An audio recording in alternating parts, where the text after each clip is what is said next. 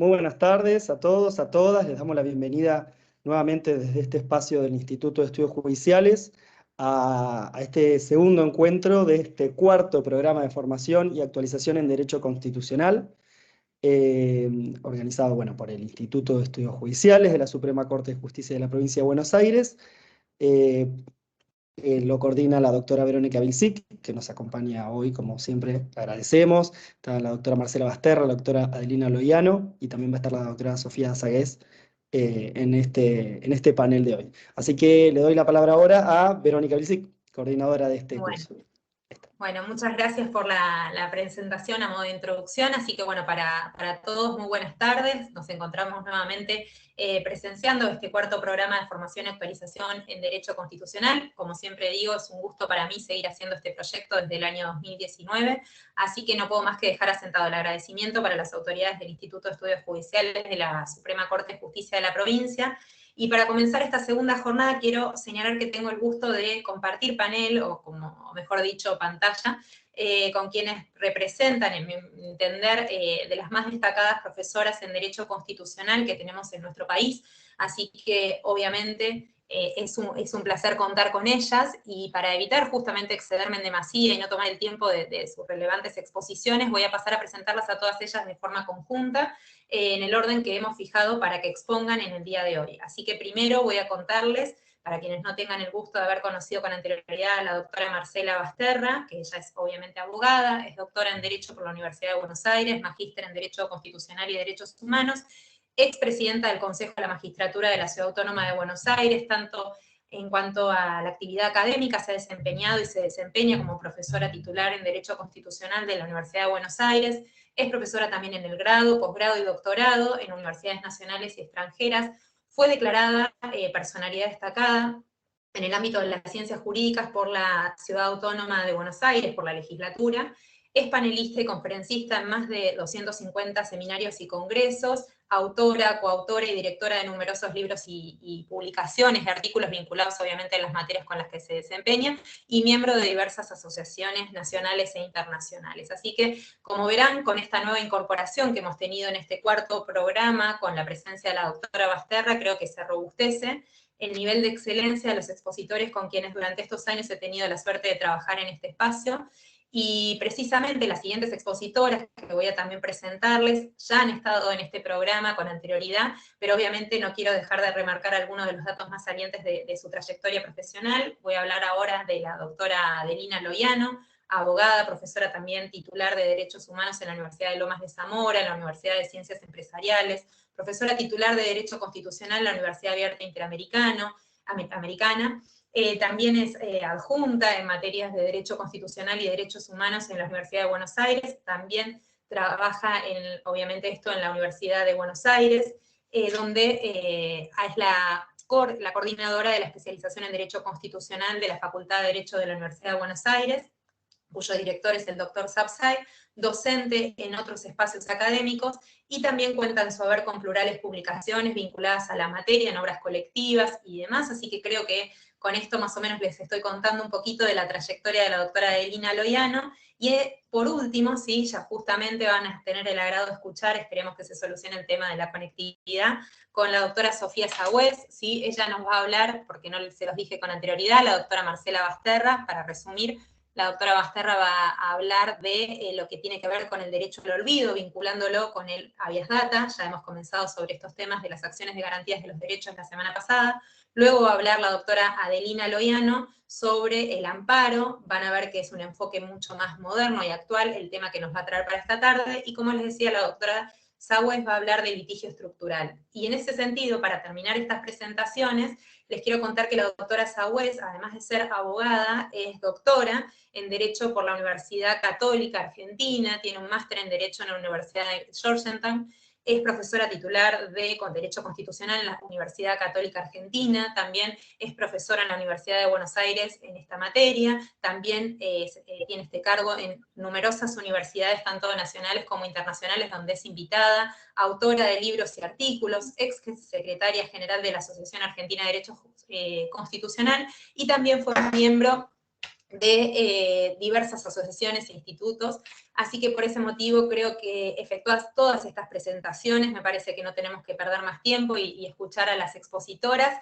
Les quiero agradecer públicamente a ellas por estar en esta jornada con sus agendas colmadas de actividades, y a ustedes por estar hoy en esta tarde con nosotros, ¿sí? Así que les agradezco nuevamente esta posibilidad de estar compartiendo estos encuentros. Les quiero recordar simplemente la modalidad que nosotros adoptamos por una razón práctica o metodológica, que las preguntas las guardamos para el final de las exposiciones. Si quieren las pueden ir dejando en el chat, así que no hay ningún problema con esto. Así que espero que disfruten y que puedan capitalizar las brillantes exposiciones que seguramente nos darán las doctoras, y creo que estaríamos haciendo de honor, ¿no?, al Día del Estudiante, como dice uno de los mandamientos de CUTUR, ¿sí?, esos 10 mandamientos de que el abogado nunca debe dejar de estudiar, así que creo que no tengo más que decir, y darle la palabra a la doctora Marcela Basterra y agradecerle por esta aceptación de estar esta tarde con nosotros. Muchas gracias, Verónica, no solamente por tu generosa presentación y tus generosas palabras, sino por la minuciosidad con que has organizado este cuarto programa de capacitación de Derecho Constitucional, y por haberme invitado. Quiero agradecer también la invitación a través de Camilo Fasano, que está acá presente, al Instituto de Estudios Judiciales de la Suprema Corte de Justicia de la Provincia de Buenos Aires. Les doy la bienvenida a todos y a todas, gracias por acompañarnos, y también destacar que para mí es un honor compartir este panel, no solo con dos muy queridas amigas que nos conocemos hace muchísimos años, sino con dos excelentes constitucionalistas. Yo me voy a referir, como algo adelantó Verónica, a uno de los temas que en materia de protección de datos personales están en plena discusión, y de hecho tenemos recientemente un fallo de la Corte Suprema de Justicia de la Nación del derecho al olvido. Pero no podemos hablar del derecho al olvido si no tocamos, aunque sea tangencialmente, o abarcamos el tema de la responsabilidad de los buscadores de Internet. Así que yo voy a dividir mi exposición en 4 partes. La primera parte, el tema del derecho a la intimidad en las redes y la deficiencia legislativa en la materia que tiene lamentablemente nuestra ley 25.326 del año 2000, que en ese momento tuvo excelentes estándares, pero a la velocidad con que circula la información en las redes, 22 años después, es necesario que se hagan algunos ajustes. El segundo tema al cual me voy a referir es justamente a cómo se reedita en este tema del derecho al olvido la vieja colisión entre dos derechos fundamentales, como el derecho a la libertad de expresión y el derecho a la intimidad, siendo que el derecho a la libertad de expresión es una libertad preferida en relación al sistema democrático de gobierno, y el derecho a la intimidad es una de las libertades preferidas en orden al sistema de derechos individuales. El tercer punto, voy a desarrollar el derecho al olvido con algunas menciones de derecho comparado y doctrinarias, y por último voy a analizar el fallo de la Corte Suprema de Justicia de la Nación. En primer lugar, lo que debemos mencionar es que, y yo recientemente algo adelantaba, que a través de los avances de las nuevas tecnologías, de las tecnologías de la información y la comunicación, las denominadas TIC, ya hace, yo diría por lo menos 1 o 2 décadas, hablamos de la identidad digital de los individuos. Ya nosotros tenemos nuestra propia identidad digital, y por más que nos guste o no nos guste, hay datos nuestros en cantidad, y solamente sobre esos datos lo que podemos hacer es ejercer el control a través de la autodeterminación informativa. Noah Harari, que es un escritor israelí, que en un escrito del año 2020, que lo recomiendo muchísimo, al que le interese el tema, dice: vivimos en un estado de vigilancia casi aterrador. Y si bien él lo decía en relación a que había caído la protección tuitiva del sistema de protección de datos personales a partir de la pandemia, con la geolocalización, que con un motivo justificado, pero todos los estados podían tener de cada uno de nosotros, y además de cada uno de nuestros contactos, el derecho a la intimidad realmente es uno de los derechos que hoy tiene menos niveles de protección tuitiva, y que seguramente creo que es necesario con urgencia apuntalarlo. Uno de los medios para poder hacerlo es a través de la actualidad o actualizando las leyes de protección de datos personales. Ya desde el año 2009, la propia Corte Interamericana de Derechos Humanos, en el caso Esther, con Brasil, estableció que el flujo masivo de información, dice, en la actualidad, genera situaciones de mayor riesgo para la intimidad de las personas, por lo cual esto hace que inste a los estados a dictar leyes y tomar las medidas necesarias para elevar los niveles de protección del derecho a la intimidad. En este contexto, entonces, ¿por qué yo digo que es necesario, como la primera cuestión es ayornar nuestra ley 25.326? Porque rápidamente digo, las primeras generaciones de leyes de protección de datos personales se aseguraba el derecho a la intimidad y la protección del derecho de acceso, o sea, la posibilidad del derecho de acceso. En esas leyes de la primera generación de leyes estaba asegurada la eficacia a través de un órgano de control, como en Argentina se llama Dirección Nacional de Protección de Datos Personales, pero en otro país puede tener otro nombre, como la Agencia Española de Protección de Datos Personales o la Comisión de Libertad o Informáticas de Francia. No importa el nombre, lo importante es que haya un órgano de control y que haga el doble control. El primero, a través del registro donde se deben inscribir los bancos de datos públicos y los privados, salvo lo de uso específicamente personal o profesional, y el segundo control a través de las sanciones que puede aplicar el órgano de control.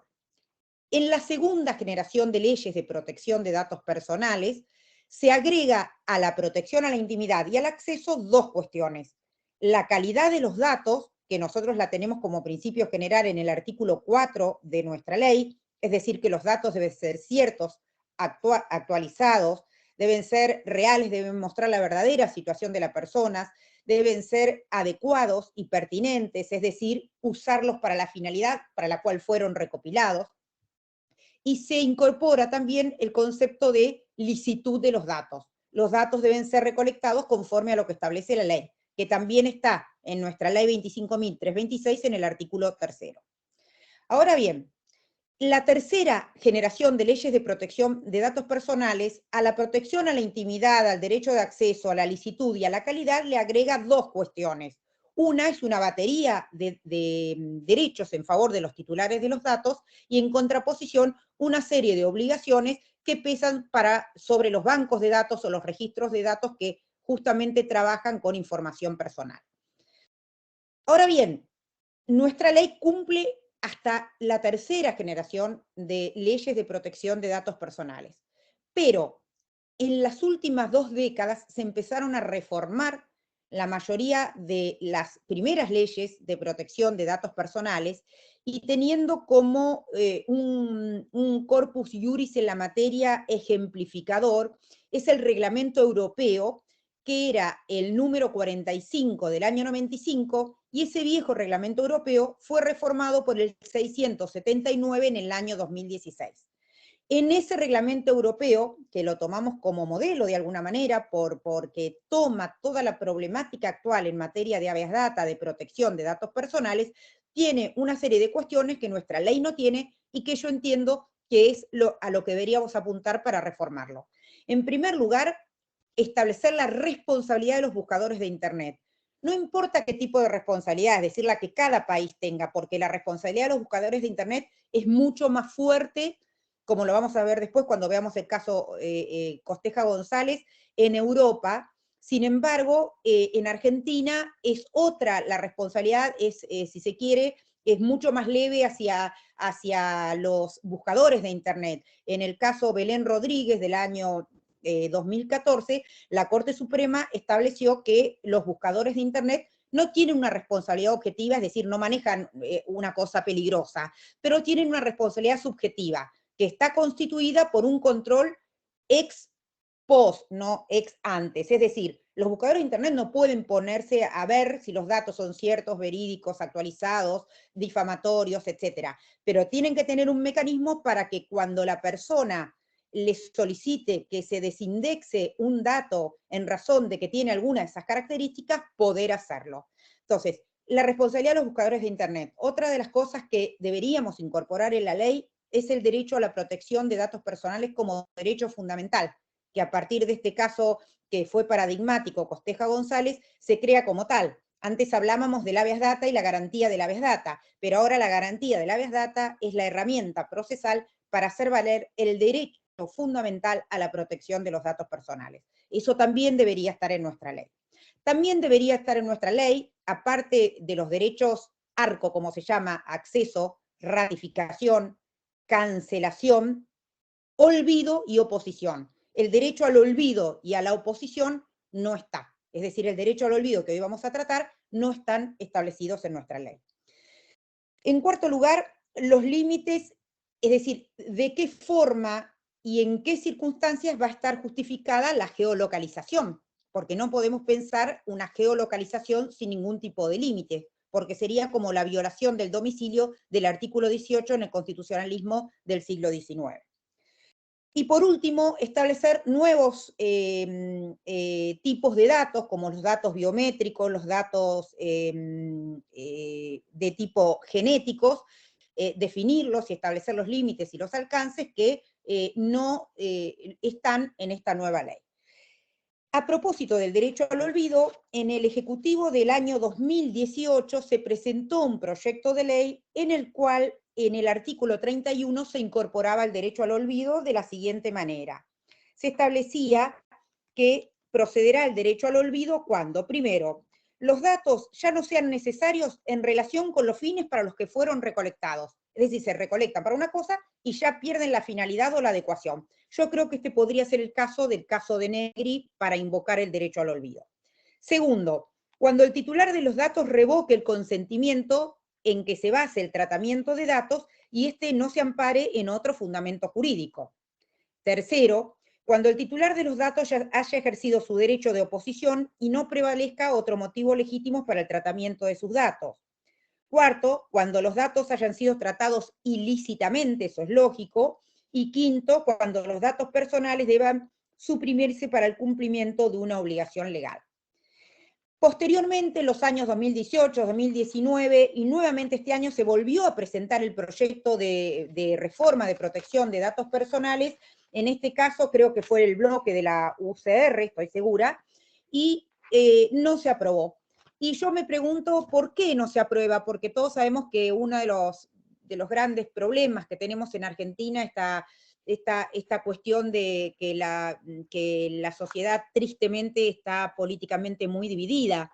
Pero hay temas que francamente uno no entiende por qué no se sancionan, como el tema de protección de datos personales, como los procesos colectivos. Eso no tiene nada que ver con la cuestión política. No sé si Adelina y después Sofía coincidirán conmigo, pero son leyes que realmente se podrían sacar y que con esas sanciones elevaríamos muchísimo el nivel de protección tuitiva de algunos derechos. Bueno, el segundo punto yo me refería es, que decía, se refiere a la reedición de la vieja dicotomía derecho a la libertad de expresión y derecho a la intimidad como libertades preferidas. La libertad de expresión es una libertad preferida, eso no hay ninguna duda, toda la doctrina está aceptada unánimemente. Sabemos que cuando colisiona con otro derecho fundamental, normalmente sale airosa la protección de la libertad de expresión.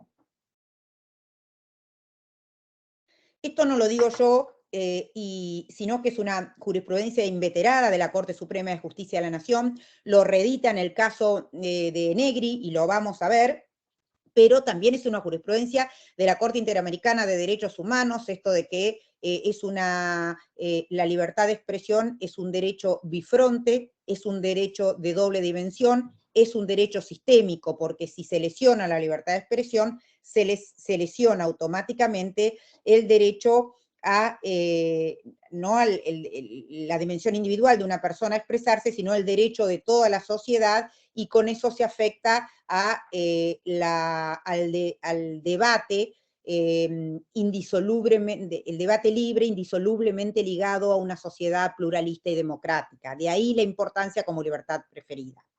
Esto también lo ha señalado, yo decía, la Corte Interamericana, ya desde Opinión Consultiva de Periodistas del año 85, Última Tentación de Cristo del año 2001, en el año 2004 en el caso Herrera Ulloa con Costa Rica y Ricardo Canese con Paraguay, en el año 2006 Claude Reyes con Chile, en el año 2009 Kimmel con Argentina y en el año 2011 Fontevecchia con Argentina. Es decir, menciono todos estos fallos para que sepamos que es una doctrina consolidada y que salvo que pase algo rarísimo, cosa que no va a ser, no va a cambiar esta situación.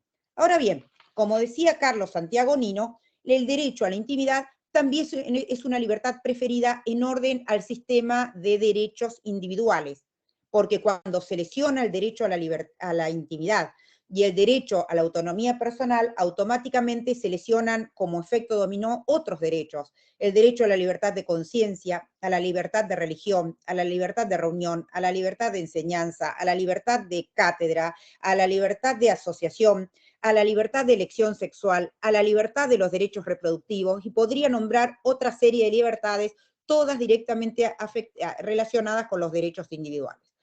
Entonces, creo que aquí, y en este caso el derecho al olvido, actúa frente a la libertad de expresión, que los buscadores de Internet tienen lógicamente los mismos garantías y protección que la libertad de expresión por otros medios, pero actúa como un clásico derecho de defensa.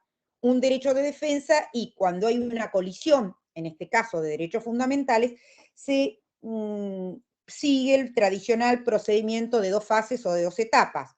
Primero, se tiene que determinar si hubo una lesión a la materia, a la sustancia del derecho a la intimidad, artículo 18, 19, 43, tercer párrafo, que abarca, como dije anteriormente, los derechos ARCO, acceso, ratificación, cancelación, olvido u oposición.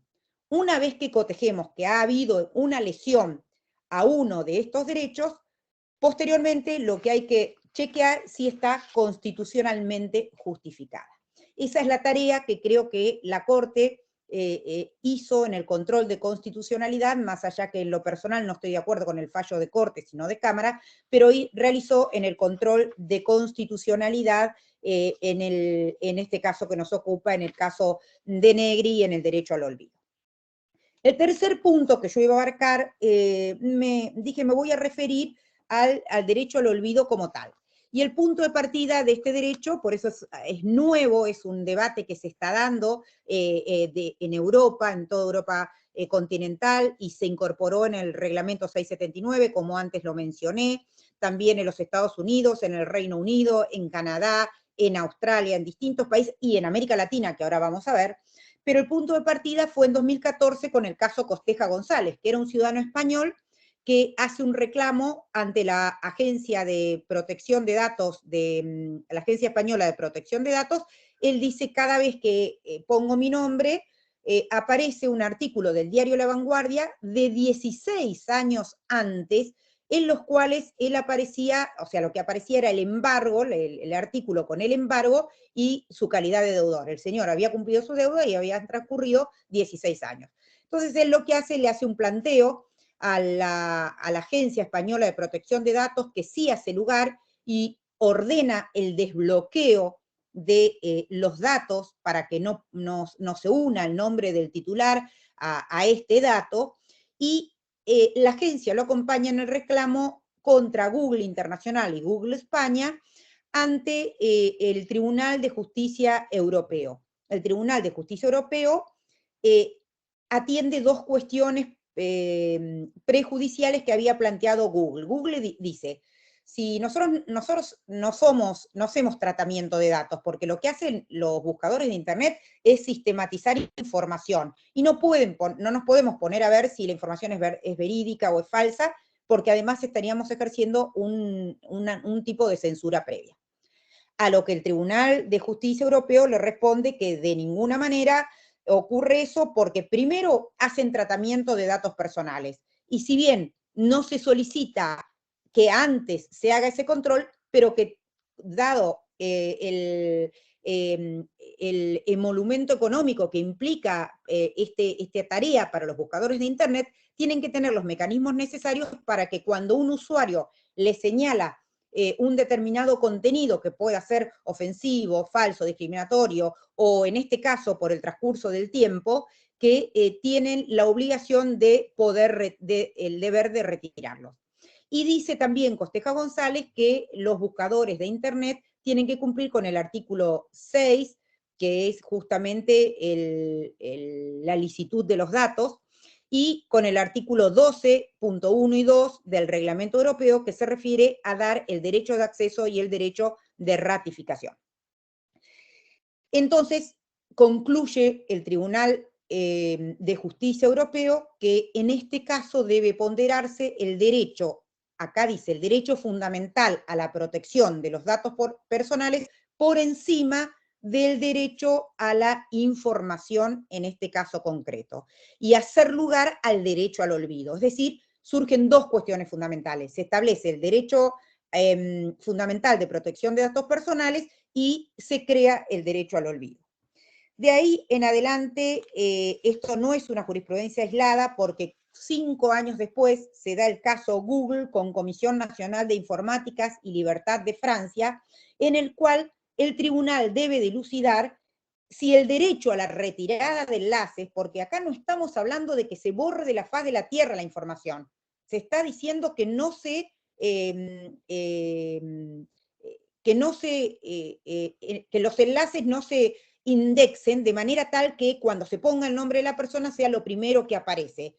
Entonces, si el derecho a la retirada de enlaces, que textualmente dice el caso, ¿no?, reconocido en Costeja González, obliga a Google a retirarlo de todos los buscadores de Google a nivel mundial, o solamente los que se encuentran en el territorio europeo. Es decir, lo que tiene que, en este caso, establecer el Tribunal Europeo de Justicia Europeo es delimitar el ámbito territorial de la aplicación del derecho al olvido. Y lo que dice es, como no todos los países tienen los mismos estándares en cuanto a la relación de proporcionalidad y de razonabilidad en cuanto a la defensa en más o en menos y al control que se haga sobre los derechos a la libertad de información y al derecho a la intimidad, por lo tanto, como el continente europeo sí tiene la misma legislación, o la Comunidad Europea tiene la misma legislación y se rige por el reglamento, solamente deben retirarse los enlaces que se encuentran en el territorio europeo, que está sujeto al reglamento 679. A partir de ahí, y desde la doctrina, Pino Giorgio, Stefano Rodotà, han abarcado el derecho al olvido en distintos lugares de Europa, son doctrinarios que han analizado muy bien esta doctrina y la jurisprudencia, y lo han definido como el derecho al olvido. Se trata de evitar, dice, que la persona se transforme en prisionero de su pasado. A mí, en definición de materia de derecho al olvido, me gusta mucho la definición de Ugo Vaninetti, también un autor que se refirió al tema en varias oportunidades, que dice que es la facultad que tiene un sujeto de que no se traigan al presente hechos verídicos realizados en el pasado, deshonrosos o no, que no son conocidos socialmente en la actualidad, pero que al ser divulgados ocasionan un descrédito público. Fíjense que si tomamos el artículo 51 del Código Procesal Penal, establece, cito textual, el registro de las sentencias condenatorias caducará a todos sus efectos, primero, después de transcurrido 10 años desde las sentencias para las condenas condicionales. Segundo, después de transcurridos 10 años desde su extinción para las demás condenas o penas privativas de libertad. Y tercero, después de transcurridos 5 años desde su extinción para las condenas a penas de multa o inhabilitación. Es decir, hasta un reo condenado penalmente tiene derecho al olvido. Entonces, si bien en Argentina no se discute el derecho al olvido en materia comercial, porque ya está en el artículo 26 de la actual ley, cuando dice que para evaluar la solvencia económica financiera de una persona basta con dar los últimos 5 años, ¿para qué vamos a escracharla lo que pasa los últimos 20 años? Si con saber lo que pasa los últimos 5 años vamos a saber el comportamiento crediticio de esa persona. Y entendemos que en materia penal tiene que tener tiene que ser entendido con carácter sumamente restrictivo y en todos los aspectos, pero denegar el derecho al olvido en cuestiones que no tienen ningún tipo de interés científico, histórico, académico y que no haya interés público, me parece que con carácter restrictivo, pero sí debe contemplarse en los casos que específicamente establezca la ley, con carácter taxativo. Bertoni se refiere, y esto yo lo reitero porque es muy importante, no hablemos, dice, del derecho al olvido, porque no es que desaparece la información, es el derecho a no ser indexado por el buscador. Y eso es muy importante. Es el derecho a que el buscador no me indexe. Sabemos que cómo se manejan los algoritmos en Internet, se puede hacer que determinadas cuestiones, pasado el transcurso de los años, pedir que no se indexen cuando, repito, no tengan interés público. En América Latina se hizo lugar en la Corte chilena, la Corte Penal, la Corte chilena, la Corte Nacional, en un caso penal contra el Mercurio en el año 2015, así como la Corte Constitucional de Colombia también en el año 2015, en el caso Gloria contra la Casa Editorial El Tiempo, hicieron lugar y acogida al derecho al olvido. Es justo decir que el Tribunal de Brasil en el año 2021 no hizo lugar en el caso Aida Curi, fue un caso que tuvo trascendencia más allá de la familia, una trascendencia nacional, fue un caso de una violación seguida de muerte del año 1958. La cadena O Globo hace un documental con el caso en el año 2004, y la familia solicita que por el derecho al olvido se abstengan de pasar el documental, de hacer cualquier tipo de comentarios en relación al tema. Y el Tribunal Federal de Brasil no hizo lugar porque entendió que en este caso prevalecía la libertad de expresión, toda vez que el hecho había tenido una trascendencia nacional que va más allá del propio interés de la familia que en este caso había hecho el reclamo. Bueno, por último, como dije, me voy a referir al caso de Negri rápidamente. Yo estoy de acuerdo en lo personal con el fallo de la Cámara, porque de Negri el planteo que hace es justamente que se proceda a desindexar el contenido de los buscadores de Internet, de los videos que se habían pasado en programas de televisión que transcurrieron en la década del 90, habían transcurrido entre 25 y 28 años desde que se habían dado esos programas de televisión, y ella alega que ella no fue acusada en ninguna causa penal, que eran cuestiones que no revestían ningún interés público. Es más, la propia Corte Suprema, a pesar que no le hace lugar, describe a estos videos como escenas de tipo chabacana, son palabras de la Corte. Entonces pide la remoción de los enlaces del denominado caso Coppola.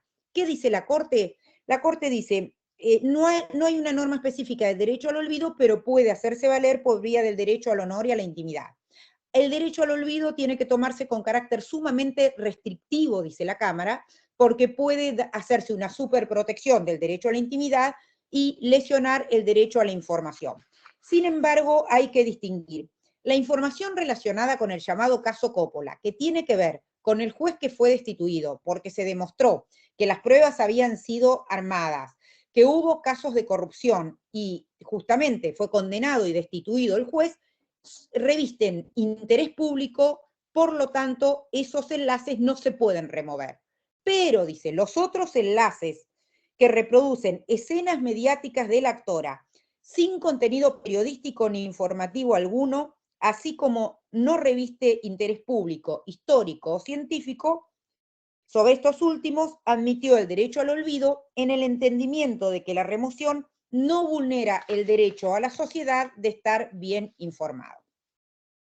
Llega el caso a la Corte y la Corte dice acá básicamente 4 cuestiones. La primera de ellas dice la libertad de expresión exalta que es una libertad preferida, entiende que una sociedad en la cual la libertad de expresión no es una libertad preferida implica que es una democracia desmedrada, una democracia nominal, y con razón, en esto yo estoy de acuerdo, por supuesto, en que dice la importancia que tienen los buscadores de Internet, toda vez que al poder distribuir información con tanta cantidad, a tanta cantidad de personas y con tanto alcance, cumplen acabadamente con la dimensión colectiva de la libertad de expresión.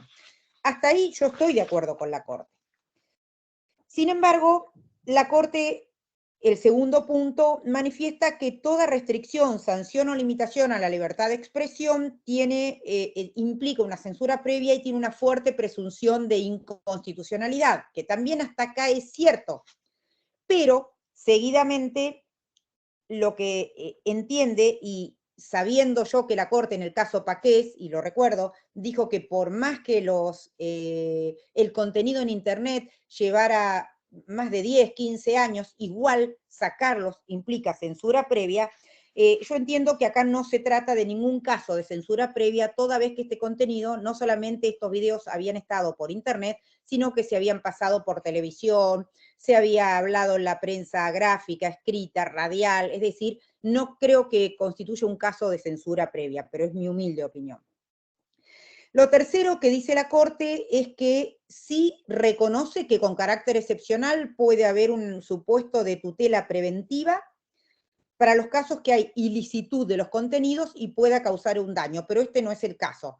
Pero eso desde ya que hay una tutela preventiva si el contenido es ilícito y está causando un daño. Aclara en el considerando 14, cito textual, concluir que por el mero paso del tiempo, la noticia que formó parte de nuestro debate público pierde ese atributo, pone en serio riesgo la historia y memoria social. Yo, sinceramente, en lo personal, no creo que esté en juego la historia y la memoria social por quitar contenidos que la propia Corte describió como chabacanos, es decir, no hay interés público.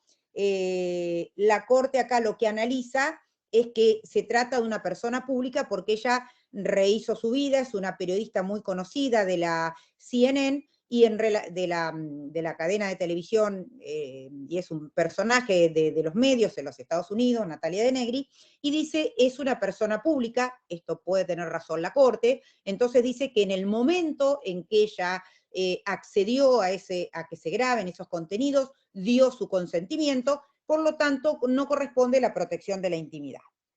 Por último, la Corte concluye diciendo, esta sentencia no implica desconocer los interrogantes y los desafíos para el derecho que vienen como demandas de parte de los sistemas de inteligencia artificial, que está generando la inteligencia artificial. Por otro lado, dice, la Corte no descarta no desconoce, mejor dicho, los problemas que trae los algoritmos en Internet que deberían ser revisados e insta a los buscadores de Internet a que establezcan algoritmos más accesibles y transparentes para los usuarios en Internet.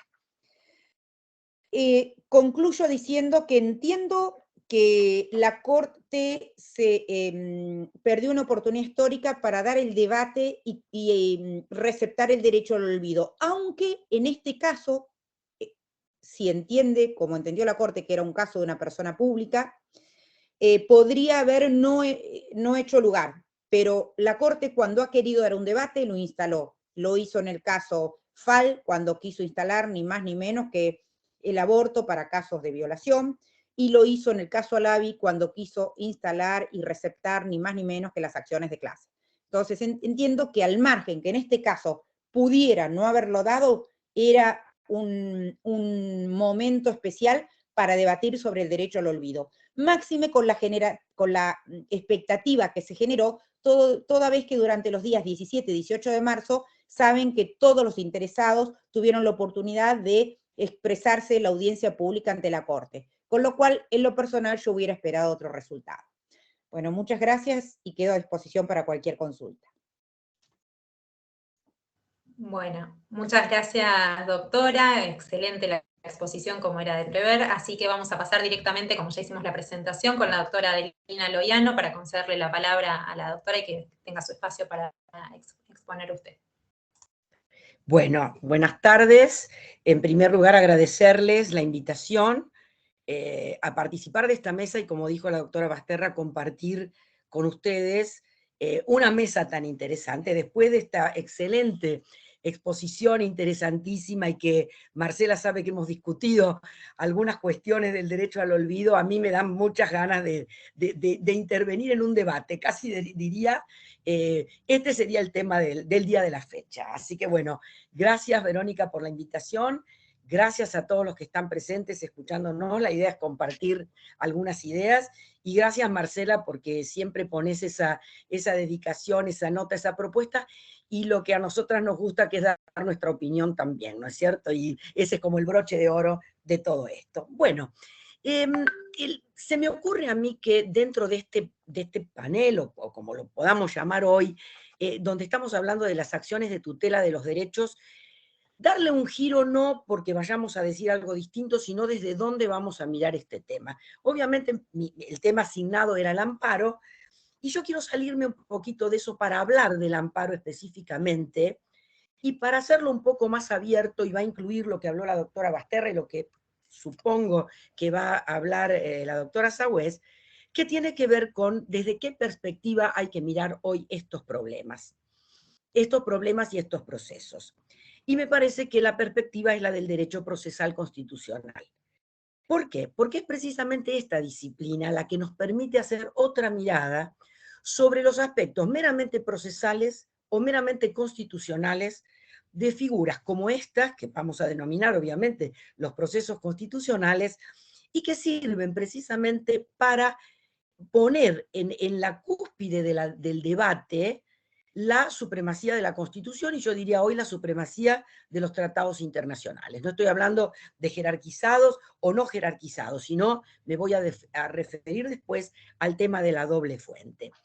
¿Por qué me parece que esto es algo que tenemos que revalorizar, y sobre todo cuando se toman decisiones en lo legislativo y básicamente en lo jurisdiccional?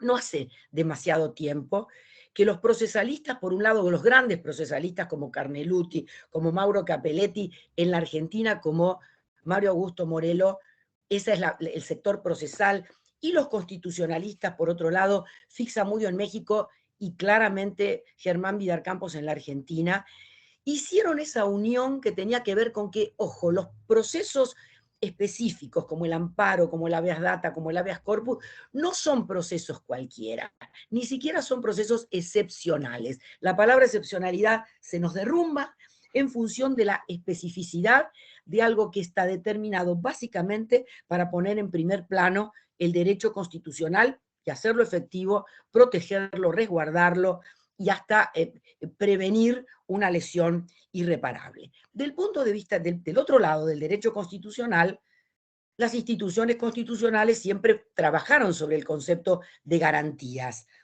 pero vamos a ver que después, recién esas garantías van a ingresar textualmente en la Constitución, recién en la reforma del 94. Yo estoy hablando de un periodo anterior, donde lo constitucional y lo procesal empiezan a mezclarse de tal manera que estas figuras procesales específicas, de una calidad inusitada, empiezan a tomar una relevancia trascendente para el derecho constitucional. Entonces, no es ni derecho procesal ni es derecho constitucional, es derecho procesal constitucional.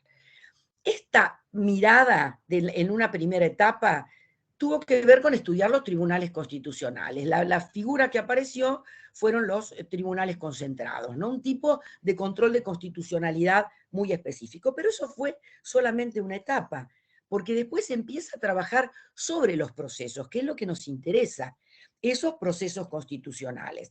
Por lo tanto, las acciones de tutela o de garantía de los derechos, que es un poco el título de lo que estamos hablando, hoy son procesos constitucionales.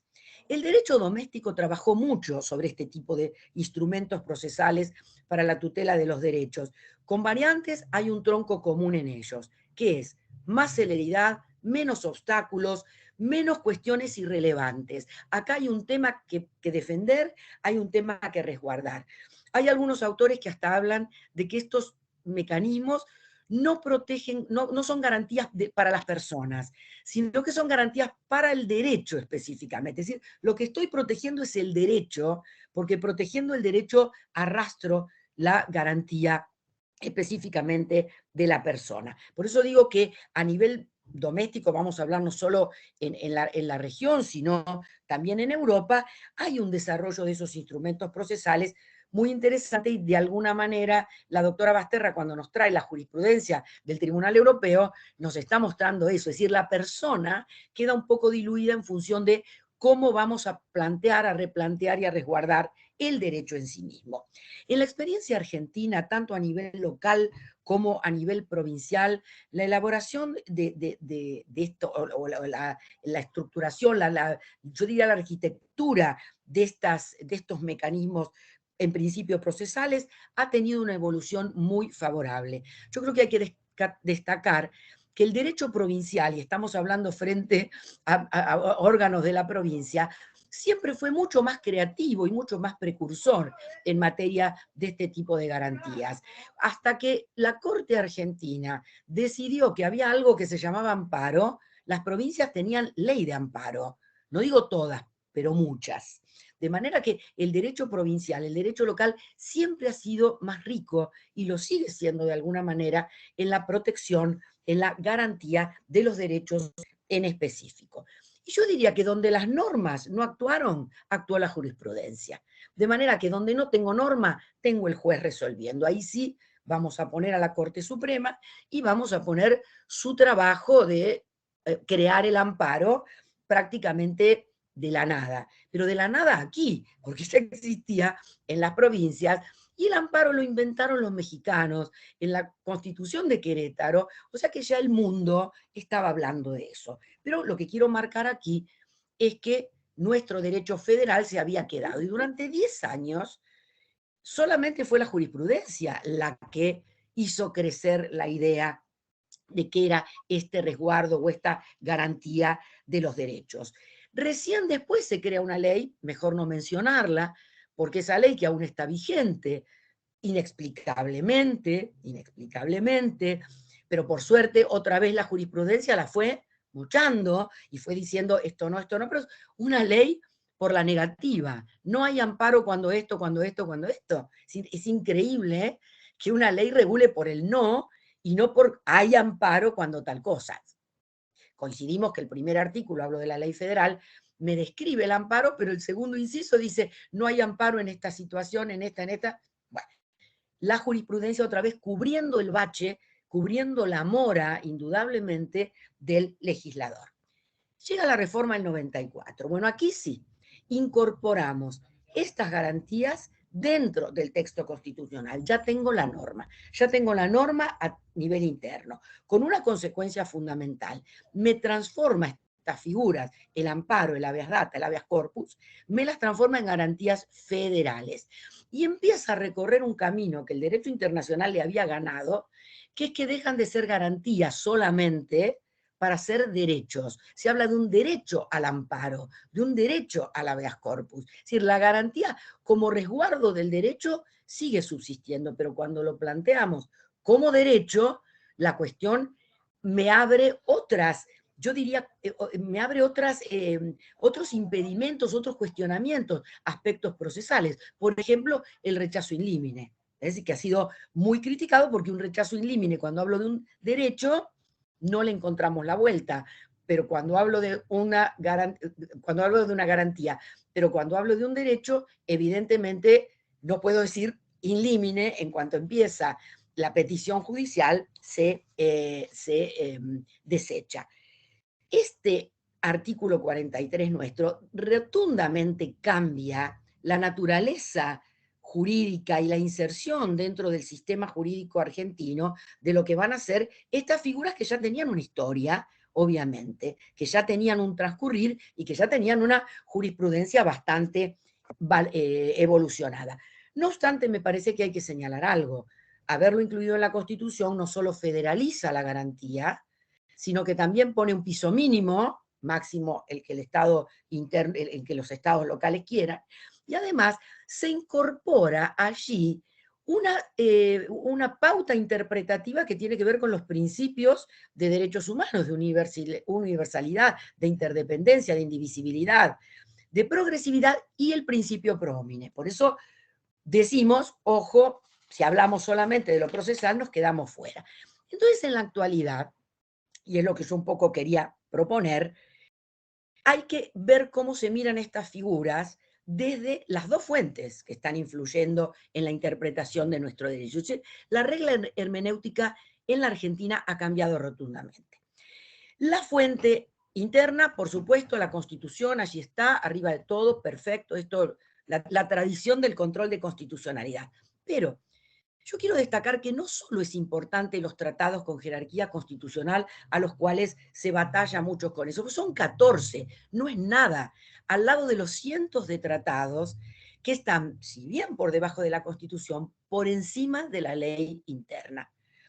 Es una opinión personal, pero para mí esa definición hermenéutica es mucho más valiosa que la jerarquización, porque la jerarquización me provoca las dificultades interpretativas del artículo 75-22. Complementan, no derogan, rigen en las condiciones de su vigencia. ¿Qué quiere decir que algo rige en la condición de su vigencia? Es un debate interpretativo complejo que la Corte ha resuelto, me parece, parcialmente, o por lo menos dispuesta a modificarlo. Pero haber dicho que los tratados están por encima del derecho interno degrada totalmente al derecho interno, y lo degrada en toda la extensión de su contenido. Y no digo degradarlo en un sentido manifiestamente crítico, sino que el derecho interno necesariamente pasa por lo que dice el derecho internacional. Y ahí es donde quiero entrar, porque las consecuencias de esta formulación son cruciales en el impacto que tienen en el derecho interno estas tutelas específicas, especiales, que son las garantías de o las acciones de tutela de los derechos. Y acá entonces quiero hacer un poquito un recorrido de lo que nos ha dicho la Corte, la Interamericana, teniendo en cuenta que tengo que trabajar con las dos fuentes y que si el derecho internacional está colocado por arriba, se me impone de una manera, querida o no, pero así es, el derecho internacional. En primer lugar, a partir de la ratificación de las convenciones y de los tratados, pero básicamente de la Convención Americana, a eso me refiero, nuestro país está obligado a cumplir las sentencias, ¿no? La sentencia hay que cumplirla.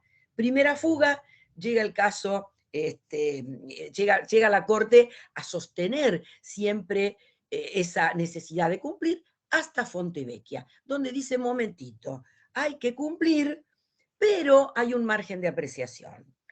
El debate lo que abre, que por supuesto todos conocen ese debate, es de una enorme significación en el derecho interno y es de una cero significación para el derecho internacional. Porque para el derecho internacional la sentencia hay que cumplirla, como sea. A tal punto que hay un acuerdo, hago un link en esto, ¿no?, entre la Corte Argentina y la Corte Interamericana, donde se resuelve cómo podemos hacer para que no quede tan desdibujado el cumplimiento del Estado argentino. Pero para el derecho internacional, la sentencia hay que cumplirla. Yo diría el mandato es, el Estado tendrá que buscarle la vuelta. Pero el primer paso que nos empieza a crear, por eso digo otra perspectiva interpretativa, es cuando la Corte dice en el año 2012, empieza allí, en el caso Gudiel Álvarez, Diario Militar contra Guatemala, que el test, lo leo, el test de convencionalidad se extiende no solo a la convención y a los otros instrumentos internacionales, sino también a la interpretación que hace la Corte Interamericana. Quiere decir que a partir de este momento la Corte va por más. El Estado no está obligado solamente al tratado que firmó, no solo el Pacto de Costa Rica, sino el que sea, sino que también a toda la interpretación que hace la Corte Interamericana. Es decir, se autoatribuye un valor interpretativo por encima de los tribunales superiores del derecho interno. O sea que ahora sumamos la normativa y sumamos la interpretación. Pero no nos quedamos aquí. Ese es un nuevo estándar. Y ahora viene el segundo estándar, Opinión Consultiva 21 del año 14, que es la opinión sobre los derechos y garantías de los niños en situación de migración. No interesa el objeto central, pero quiero marcar lo que dice allí. El parámetro de convencionalidad se amplía. Aquí nos quedamos. ¿En qué se va a emplear? Se amplía al incorporar los criterios expuestos en el ejercicio de la competencia contenciosa o consultiva. Quiere decir que la Corte, que primero me dice lo lógico, hay que cumplir la norma, ¿no? La norma internacional. Después me dice, además hay que seguir como guía interpretativa mi jurisprudencia. Ahora me dice también, esa guía interpretativa van a ser las opiniones consultivas. Recuerdo a los que compartimos hoy la tarde que las opiniones consultivas, por definición del pacto, son ajenas a cualquier tipo de caso, son totalmente abstractas, son meros actos interpretativos sobre la convención o cualquier tratado de derechos humanos o concerniente a derechos humanos. O sea que no típicamente la Corte va a hablar sobre tratados de derechos humanos, sino tratados que lateralmente o tangencialmente hablen de algo pertinente a derechos humanos. Y entonces me encuentro con que las opiniones consultivas, cuyo conocimiento, por supuesto, ustedes tienen, hablan, dicen, enuncian y de alguna manera le imponen al Estado determinadas conductas donde la propia Corte está diciendo que esas decisiones van a tener que ver con un margen de cumplimiento o de obligatoriedad. Desde hace un tiempo, y es lo que quiero marcar, a partir del caso Cabrera García y Montiel Flores contra México, que es una sentencia que fue la que amplió por primera vez cuál era el contenido del control de convencionalidad en cuanto al sujeto que lo hace. Este es el fallo que dijo que no solo los jueces, sino todos los órganos vinculados a la administración de justicia tienen que hacer control de convencionalidad. En ese caso, Cabrera García Montiel Flores, por primera vez, el juez Eduardo Ferrer MacGregor, en un voto solo, un voto razonado, empieza a hablar del corpus juris interamericano. En principio no dudaríamos que eran las normas, lo normativo. Él habla, el corpus juris interamericano es la interpretación que hace la Corte, tanto en la función contenciosa como en la función consultiva, a lo cual llama convención interpretada o convención razonada. Se abre ahí que ya hay otras normas que están influyendo porque se están sumando al corpus juris. Pero lo que quiero marcar es el caso Ibsen Cárdenas e Ibsen Peña contra Bolivia, que es del año 2010, donde la Corte definitivamente abre la puerta y dice qué es lo que integra el corpus juris interamericano.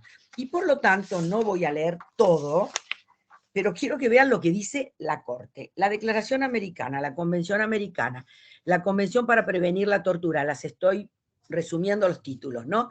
El Protocolo de San Salvador Adicional sobre Derechos Sociales, el Protocolo sobre Pena de Muerte, la Convención de Belém do Pará sobre Violencia contra la Mujer, la eliminación de todas las formas de discriminación, todas son interamericanas, contra las personas con discapacidad, la Convención Interamericana sobre Discriminación e Intolerancia, la Carta de la OEA, que no era un tratado específicamente de derechos humanos, es el instrumento que organiza y que genera la existencia de la OEA, la Carta Social de las Américas, la Carta Democrática Interamericana, que tiene mucho que ver, Marcela, con lo que acabas de hablar, ¿no es cierto? Y está muy involucrada allí.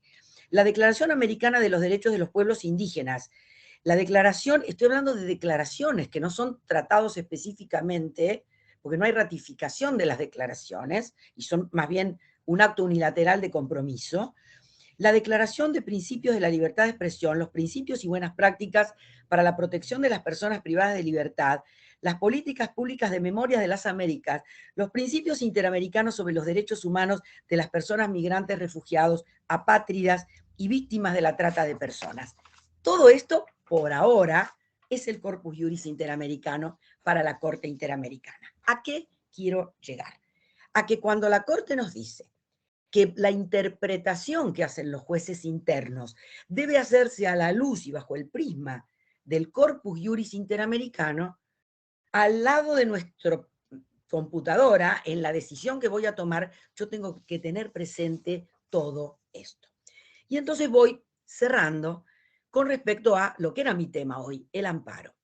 Tenemos el amparo local, tenemos el amparo federal. Local, digo, las provincias tienen su amparo, la ciudad autónoma de Buenos Aires tiene un amparo tal vez, yo diría, de los más abiertos y amplios que tiene la República. De ello no tiene plazo, ¿no? No tiene plazo de interposición, es decir, responde claramente a la idea de que es una garantía tutelar de derechos, y la planteo cuando advierto que el derecho está lesionado. Los tratados internacionales, voy ahora a los que tienen jerarquía, tienen una figura similar. La Declaración Americana, la Universal, el Pacto de Costa Rica, que es el artículo 25, que se llama protección judicial, pero cuando lo voy a leer dice, el Estado debe tener a disposición de los ciudadanos un procedimiento que sea sencillo, rápido, expedito, que lo ampare, y usa la palabra ampare, con respecto de las violaciones de la Constitución o de los tratados o de las leyes internas. ¿Qué es esto? El amparo internacional. Ayala Corao ha escrito un muy buen libro sobre esto, que precisamente se llama El amparo internacional, trabajando sobre ese artículo 25. Entonces, yo ya tengo un marco de estas figuras específicas que son, en este caso, el amparo regulado. Y quiero ir terminando con que me encuentro con que esto es un proceso especial, pero al lado yo tengo las normas genéricas de las garantías mínimas del debido proceso, el artículo 8 del Pacto de Costa Rica y sus correlativos del Pacto de Derechos Civiles y Políticos, también en la misma jerarquía constitucional. ¿A qué me estoy refiriendo? A que yo tengo dos aspectos o dos normativas convencionales. Una me dice, estos son los requisitos que debe tener un proceso para hacer un debido proceso convencional. Y por otro lado, los tratados me muestran un amparo, que lo podemos llamar amparo, mandato de seguranza, acción de tutela, no interesa el nombre, porque cuando el Pacto de Costa Rica o la declaración hablan de amparo, dice que la amparen sus derechos, no importa cómo se llame. Lo que interesa son los dos parámetros, celeridad y ausencia de obstáculos innecesarios. Voy a ir cerrando con, ¿por qué? Con un debate interesante que se dio en la Corte, entre dos grandes jueces que tuvo la Corte Interamericana. Por un lado, Antonio Cansado Trindade, que decía, cuando el país viola el 8, viola el 25. Es decir, interpretó que la violación de uno arrastraba del otro. Yo esto quiero dejárselos a ustedes para repensarlo en nuestra tarea cotidiana. Entonces él decía, si violo los requisitos del debido proceso, también el Estado está violando esa necesidad de amparar con rapidez, con celeridad y con sencillez y simpleza. Otro de los grandes jueces que convivió con él en aquel momento, Cecilia Medina, la chilena, y ella decía, no, son dos cosas diferentes. El amparo, el habeas corpus, son mecanismos específicos donde el objetivo es tan trascendente que la mirada, la percepción, debe ser otra, lo que no significa que haya que cumplir los requisitos del debido proceso. Entonces ya dice, requisitos del debido proceso son para todo, pero cuando hablo de la protección judicial del artículo 25, cuando hablo de un proceso sencillo, breve, rápido, eficaz, no tiene esto relación ninguna. Podría tener todas las garantías del debido proceso un Estado y no poner a disposición de los ciudadanos ese mecanismo tan sencillo, tan eficiente, tan eficaz. ¿Quién ganó esos grandes debates, ¿no? Como Savigny-Bonniering? ¿Quién ganó? ¿Quién ganó hasta hoy? Cansado Trindade. En todas las sentencias que vemos de la Corte, cuando se viola el 8, la Corte dice el Estado violó el 8 y el 25. De manera que el debate sigue estando pendiente de eso. Concluyo entonces. Lo que yo he querido reseñar, más allá de las características del amparo que todos conocen muy bien, es que la lectura y aplicación de estos mecanismos domésticos de tutela de derechos deben cuadrarse necesariamente dentro de los parámetros internacionales. Para toda América en la medida en que hayan ratificado, pero estamos en la Argentina, nosotros no tenemos salida. La mirada nunca puede ser de abajo hacia arriba. Quiero decir, abajo la base, el derecho local, el derecho doméstico. La mirada, la lectura y la aplicación debe ser desde la perspectiva del derecho convencional, que para nosotros es el derecho procesal constitucional, que es el que vincula necesariamente las dos fuentes que están en este momento señalando el camino de nuestra propia jurisprudencia. Muchas gracias. Bueno, muchas gracias, doctora. La verdad, excelente. Venimos con un nivel de suma excelencia, valgan la redundancia, como lo presumí al principio cuando las presenté, y precisamente ahora, afortunadamente, contamos con la presencia virtual de la doctora Sagüez, que ha podido conectarse.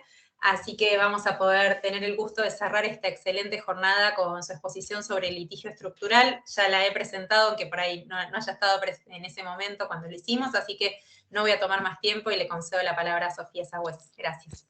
Bueno, ante todo, muchísimas gracias a la doctora Verónica Vilsic por abrirnos las puertas de este Instituto de Estudios Judiciales de la Corte Suprema de Justicia de Buenos Aires. Es para mí un honor participar. Muchísimas gracias por la paciencia en encontrar el momento, el día y las dificultades técnicas de conexión. Muchas gracias, Verónica, siempre con muy buen humor enfrentando esas adversidades. Pero de los 30 minutos que tengo otorgados, necesito, por un tema personal, dedicar unos segundos a un aspecto que no quiero dejar pasar, que es para mí un honor participar de un panel con dos mujeres académicas y personas como son Adelina Loiano y Marcela Basterra, dos referentes académicas de lujo, que serían excelentes si algún día tenemos el honor de tenerlas del otro lado del escritorio jurisdiccional, excelentes magistradas, y ojalá algún día puedan serlo. Y además voy a tomarme el atrevimiento de decirlo, porque que son excelentes académicas, ustedes ya lo pudieron constatar, porque las escucharon hace unos minutos. Pero yo he podido constatar el valor humano de estas dos personas, así que gracias a las dos por hacer que el estudio del derecho constitucional sea, además de académicamente mucho más alto, humanamente mucho más gratificante. No quiero pasar esta instancia sin decírselos. Gracias. Aquellos que tengan la oportunidad de conocerlas personalmente, no se privan de eso.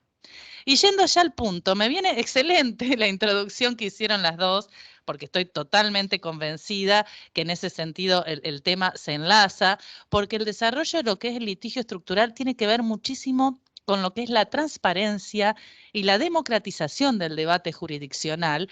Y el litigio estructural, para mí, es una de las grandes deudas de los procesos constitucionales en clave convencional. Así que se inserta perfectamente en lo que ha señalado Marcela y lo que ha señalado Adelina. Nosotros, el tema que me convoca Verónica lo calificamos como litigio estructural y es en sí un tema que presenta como una zona de penumbra. ¿Qué es el litigio estructural? Hablamos de litigios complejos, litigios de alto impacto, los jueces resolviendo políticas públicas, los jueces embarrándose en las causas estructurales de violación de derechos.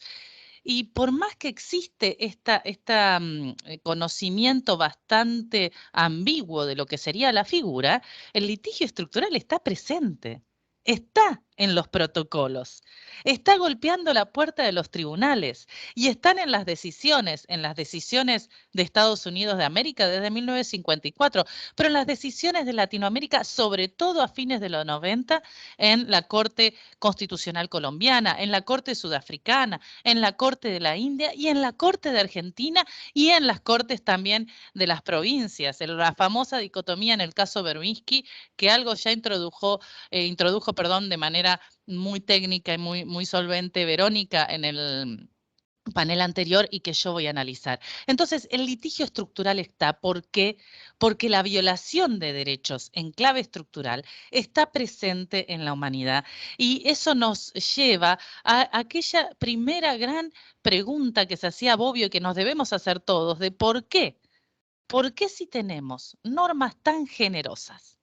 Si tenemos ese corpus juris interamericano, gracias Adelina por sacar ese tema y gracias Adelina por citar a alguien que falleció hace poco y que le debemos tanto en el marco de los derechos humanos como es Cansado Trindade.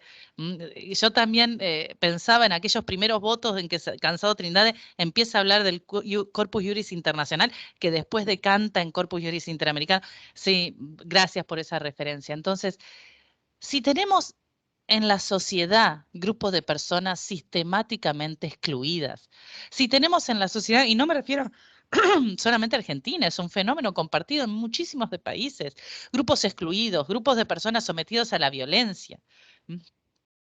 Si tenemos castas, como decía Owen Fisk desde la década del 70, castas incluso en Estados Unidos, discriminación estructural, situación generalizada a través de patrones de exclusión.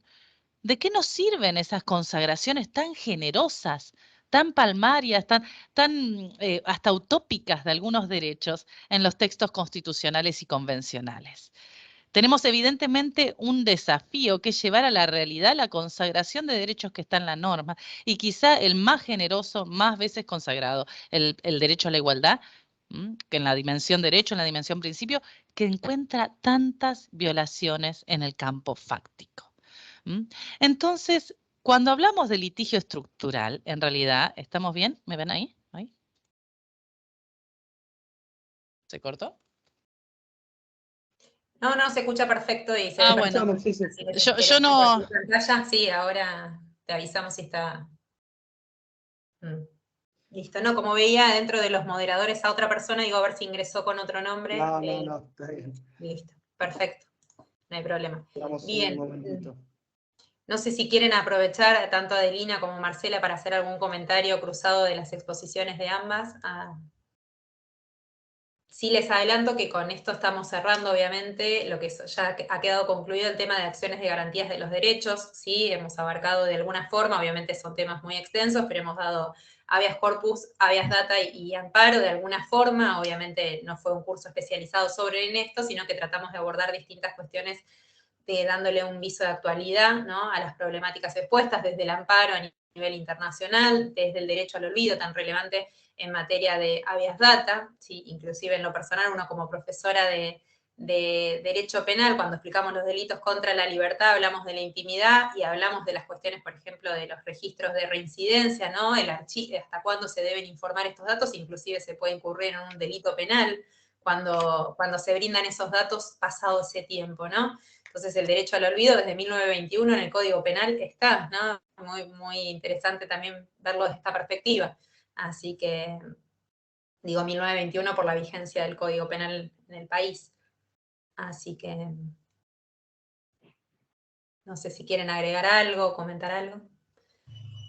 Yo mientras estamos esperando voy no agregar algo, a completar algo que dijo la doctora Basterra, porque yo también siento, Marcela, y aunque por ahí no coincidíamos mucho, ¿no es cierto?, en qué es lo que nos gustó y no nos gustó del fallo, que estuvo muy lindo porque en otra oportunidad que tuvimos lo pudimos hablar más, yo voy a coincidir con vos en que el fallo tiene sabor a poco, porque vos manifestaste algo que es muy importante. Hubo audiencias públicas y me parece que el fallo no refleja las dos posiciones, que incluso podrían ser más de dos, ¿no? Pero vamos a poner los extremos, no lo refleja. El fallo se queda en resolver el problema de la señora de Negri. Y me parece que podía haber dicho más, ¿no? Podía haber hablado más de esto, porque es como un fallo que queda muy localizado en esta mujer, pero no me da demasiado la perspectiva de qué va a decir mañana. Y a mí particularmente me gustan los fallos que me dan un camino, aunque después lo cambien. Yo soy de las que no me parece mal que la Corte cambie su jurisprudencia. Hay gente que se corta, ¿no?, las venas con esto. Yo creo que para eso cambia un tribunal de personas y a mí me gusta ese movimiento. Pero el fallo me quedó con sabor a poco en cuanto a que había habido importantes audiencias públicas y prácticamente como decir, bueno, un manual para seguir para adelante. Me parece que eso faltó. ¿Qué es lo que no faltó en Alavi? Para dar otro tema, donde si bien la Corte resuelve, dice, bueno, pero acá lo que habría que hacer es esto, regular esto o lo otro. No sé, Marce, qué pensás, pero de alguna manera lo adelantaste, que a vos también te parecía, ¿no? Yo lo voy a hacer rápidamente porque ya está Sofía, entonces si no nos retrasamos mucho.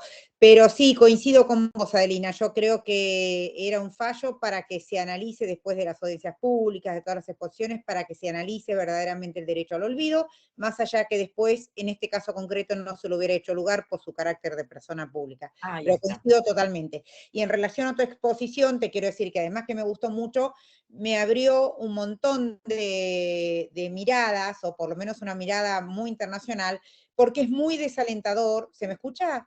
Sí. Es muy desalentador darle el amparo cuando tenemos que dar una ley de la época de la dictadura, la 16986, derogar en la medida que no haya sido derogada por el artículo 43, primer párrafo. Es horrible hoy dar amparo, un tema no es por nada, pero del que yo tengo escrito 2 libros y un tema que me encantó. Hoy es muy desalentador darle amparo, más allá de la jurisprudencia, y dar esta visión del amparo internacional me gustó muchísimo, la voy a incorporar. Me alegro, me alegro. Ahí la tenemos a Sofía, vamos con ella. Sí, Bueno, muchas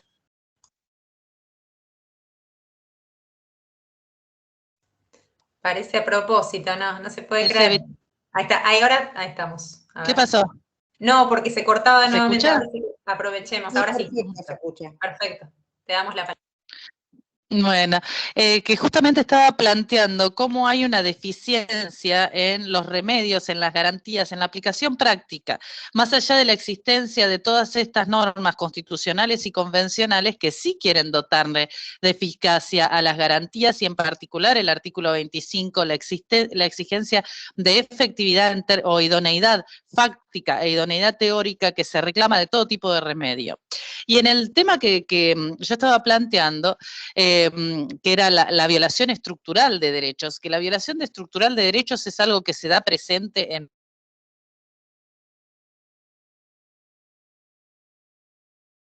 conflicto, recibe una respuesta a través de los tribunales encorsetadas en procesos que no son idóneos para el tipo de conflicto que se está tratando. Por eso la trascendencia de la cita del artículo 25, que justamente requiere en clave convencional que todos los remedios que sean articulados sean idóneos, sean instrumentalmente idóneos al derecho que se procura tutelar.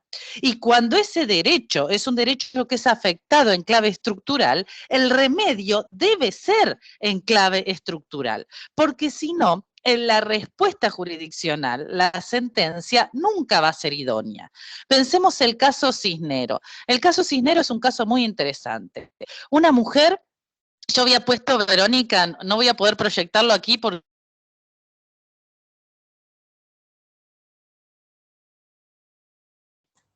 Sofía, bueno, sí, yo lo tengo, así que eventualmente puedo compartirlo, si querés, ya que me lo mandaste.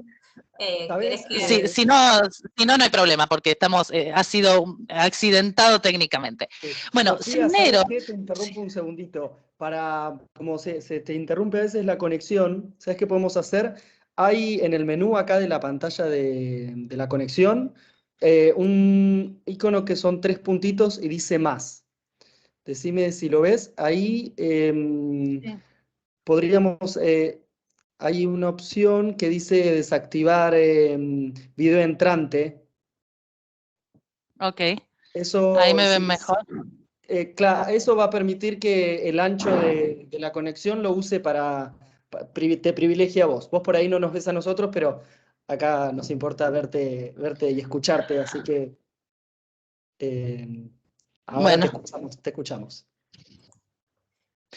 Bueno, entonces, habíamos planteado cómo había una dicotomía entre realidad y norma, una gran protección de derechos, un exceso normológico, diría Bobbio, y una falencia fáctica. Se plantea sobre todo frente a lo que son las violaciones estructurales, los patrones generalizados, sistemáticos, donde grupos de personas son excluidas en el goce de sus derechos en general, o de algún derecho específico, o en el goce de su derecho al desarrollo, algo que vemos históricamente como algo muy presente, pero que de la doctrina jurídica ha tomado noción y ha conceptualizado jurídicamente hace relativamente.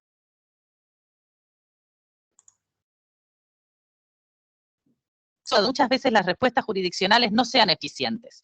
Pensemos el caso Cisneros. Cisneros era una mujer de Salta que quería manejar el transporte público de pasajeros. La primera sentencia no se la contrataba, más allá de que ella tenía el carnet de conducir y los requisitos, etc. La primera sentencia salteña no le reconoció el derecho, sosteniendo que no se había demostrado la discriminación contra la mujer. Llega a la Corte y se establece el patrón o las pautas que deben adoptarse en torno a acreditar la discriminación. Básicamente la noción de prueba indiciaria que dice que quien es discriminado en clave estructural puede traer indicios de discriminación y en ese caso quien realizó el acto debe acompañar elementos que permitan constatar que el acto tenía otro objetivo que no sea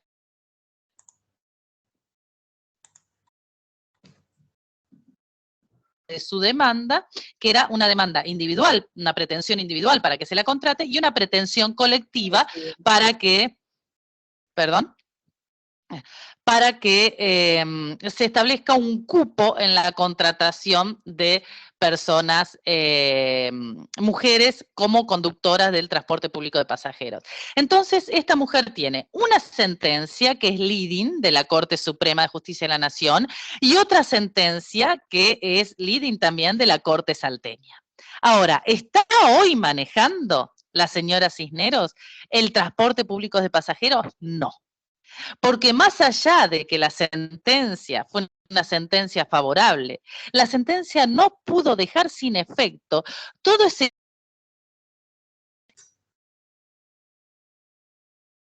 discriminación contra la mujer y que por lo tanto la sentencia no lograba vocación transformadora frente a esa situación. Entonces, para comprender lo que es un litigio estructural, lo primero que tenemos en cuenta es qué se entiende por la violación estructural de un derecho y cómo tiene que articularse ese remedio, como señalaba Adelina, ese remedio idóneo, ese proceso constitucional que tiene que acomodarse a la naturaleza del derecho que se quiere recomponer, y que si la violación de ese derecho se da en clave estructural, ese proceso tiene por mandato convencional y por aplicación del artículo 25 que ser estructural. Entonces, pensando un poquito así, lo que vamos a analizar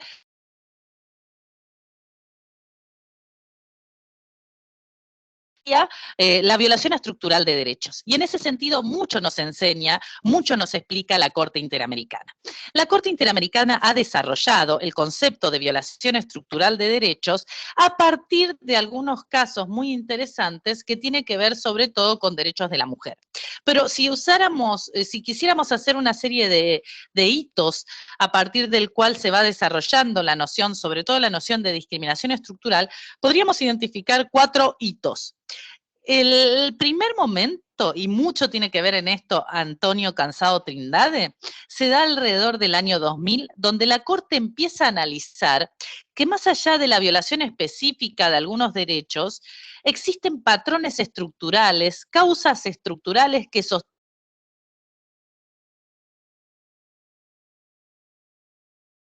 en el tiempo la violación de los derechos. Y un instrumento que es muy interesante donde está esto planteado es la opinión consultiva 18 del 2003 sobre derechos de los migrantes. Ahí se empieza a hablar de causales estructurales de violación, que sostienen y que mantienen en el tiempo y vuelven difícil la tutela. El segundo gran momento es el caso Campo Algodonero. Ahí la Corte por primera vez habla de lo que es la discriminación estructural. Utiliza por primera vez la palabra discriminación estructural y la asocia a otra palabra, que es otra frase, que es la de la existencia de una cultura de discriminación. Y señala la Corte Interamericana, existe una cultura de discriminación que hace que cuando los familiares de las víctimas se acercan en miras a buscar una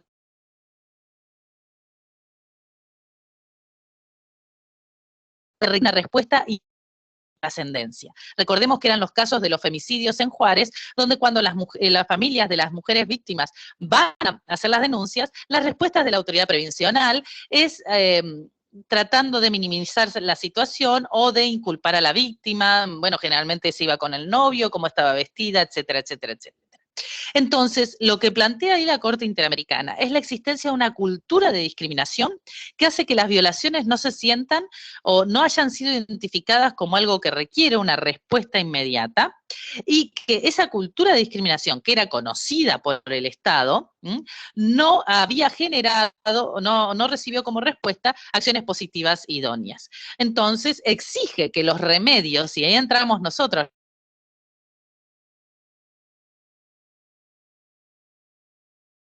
tengan una vocación transformadora de esa situación. Sean prospectivos, sean a futuro y tengan una vocación transformadora de la situación de la cultura de discriminación. Esto que lo vemos en el año 2009 aplicado a mujer, lo vamos a ver en el año 2012 en el caso Atala Rifo, aplicado a comunidad LGTBI, y ahí la Corte Interamericana dice, frente a la discriminación estructural es necesario remedios que desarticulen los estereotipos culturales que sostienen la discriminación.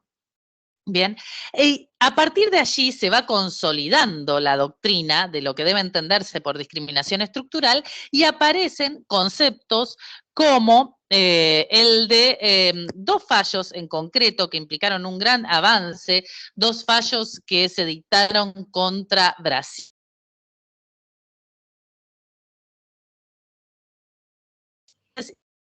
Ahí Sofía Adelina se te ha cortó citado hasta, dos fallos que recientemente. se dictaron hasta, dijiste Brasil y ahí se cortó, así que te doy el pie para que lo completes.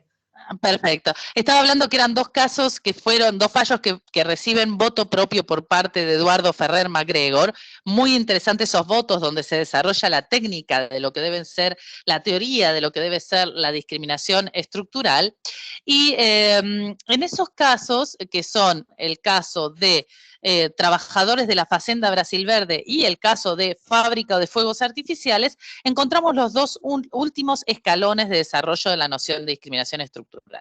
En trabajadores de la Hacienda de Brasil Verde, lo que se dice es que la discriminación estructural es un contexto, es un escenario de exclusión.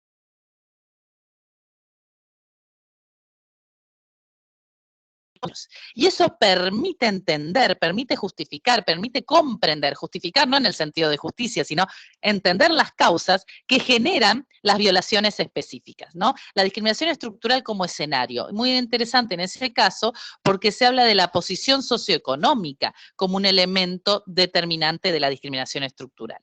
Eso en el año 2016, perdón. Y finalmente, en el último caso de mayor trascendencia sobre el tema, porque ha habido muchísimos más, incluso muchísimos contra Argentina, sobre racismo estructural, pero en el más interesante a nivel teórico, que es el caso de trabajadores de la fábrica de fuegos artificiales, lo que la Corte Interamericana sostiene es que la discriminación estructural,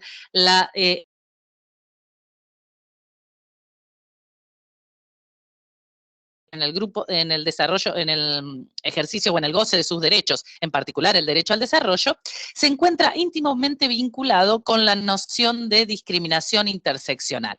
Se presenta un link entre esos dos conceptos y se termina sosteniendo que la discriminación estructural genera una afectación al artículo 24. Ahí ya no la discriminación estructural es un escenario o es un marco, sino que es la afectación al artículo 24. Entonces, fíjense que como la Corte Interamericana estructural es una afectación del artículo 24, es un deber convencional generar remedios idóneos para tu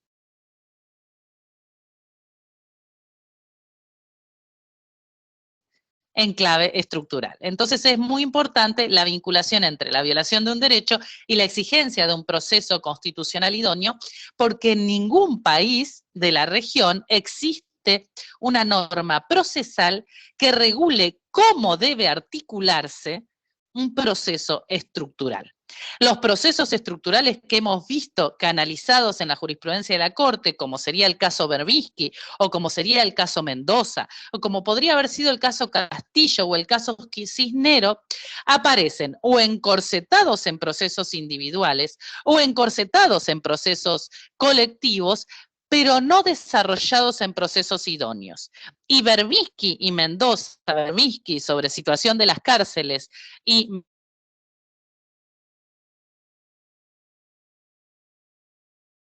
al derecho al desarrollo, son un claro ejemplo de esto. ¿Y por qué decimos que estos derechos, que estos procesos, ya sean colectivos o ya sean individuales, no son satisfactorios? Porque los procesos, ya sean colectivos o individuales, que tradicionalmente estamos acostumbrados a trabajar, diseñados a la luz del amparo, de la acción de clase o incluso de otras variables procesales, se presentan siempre como procesos bifrontes, en la lógica actor y demandado. En la lógica de una causalidad única. Existe una causa única de afectación de derechos, que puede ser individual, que puede ser colectiva, y que va a dar lugar entonces a un proceso individual o un proceso colectivo. Sin embargo,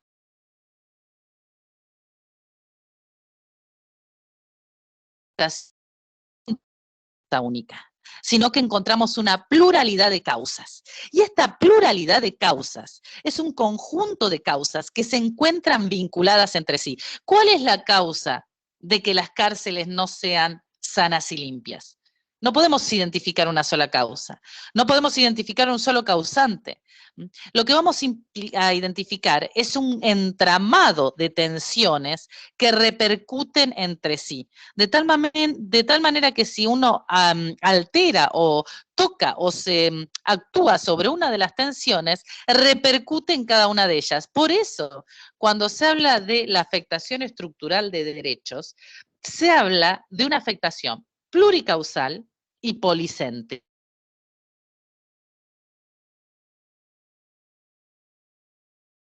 En una cuestión de imagen si a la idea de una... Lo de policausal y que ahí se trabó de vuelta, yo perdón que te remarque, pero justo cuando estabas dando esos requisitos. Bien. Bien. Estaba diciendo que la afectación estructural de derechos es policéntrica, pluricausal, no tiene una sola causa. Y es policéntrica, o sea, tiene distintos puntos de tensión. No podemos identificar la afectación de derechos a una sola generación, a una sola causa, sino a una multiplicidad de causas que además están relacionadas entre sí, de tal manera que si quiero afectar a una, afecto a todas. La imagen que se verifica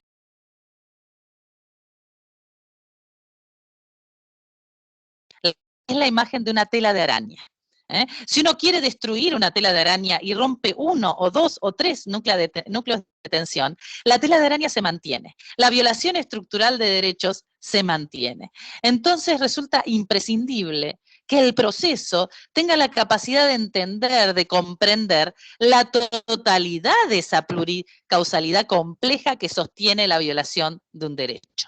¿Y cómo vamos a encorsetar esa pluricausalidad compleja en un litigio bifronte, en un litigio que se pretende resumir entre actor y demandado? En realidad, el proceso estructural requiere traer a todos aquellos que se involucraron en esa pluricausalidad policéntrica.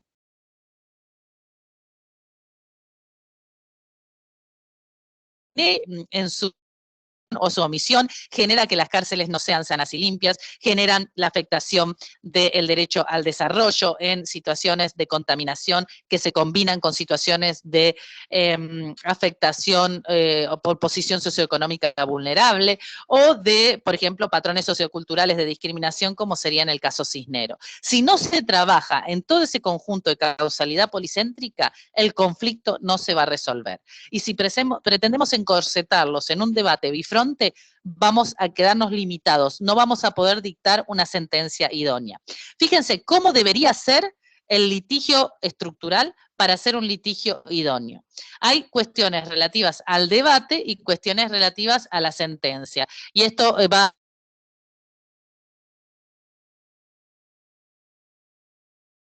en configuración de una y de un proceso idóneo. En primer lugar, el debate, como decíamos, no debe ser bifronte, debe ser policéntrico. Necesitamos que todos aquellos involucrados en la causalidad policéntrica sean parte del debate. Autoridades penitenciarias, autoridades que tengan la capacidad de asignar partidas presupuestarias, Ministerio de Educación, autoridades laborales que tengan a la reinserción social. Todos aquellos involucrados con el conflicto tienen que ser parte del proceso. Y además es necesario atenuar la regla de congruencia objetiva. La afectación estructural de derechos es una afectación dinámica que muta. Esto surge claramente de la última sentencia adoptada en el año 2020.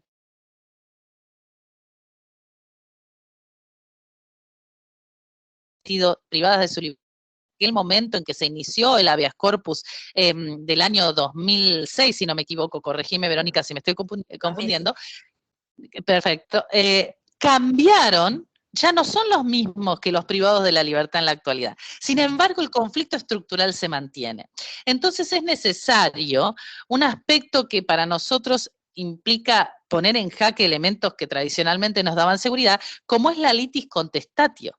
La litis contentatio entra en una crisis en cuanto se amolda, es flexible, y lo que busca es adaptarse a la congruencia objetiva de la dinámica de la afectación estructural de derechos.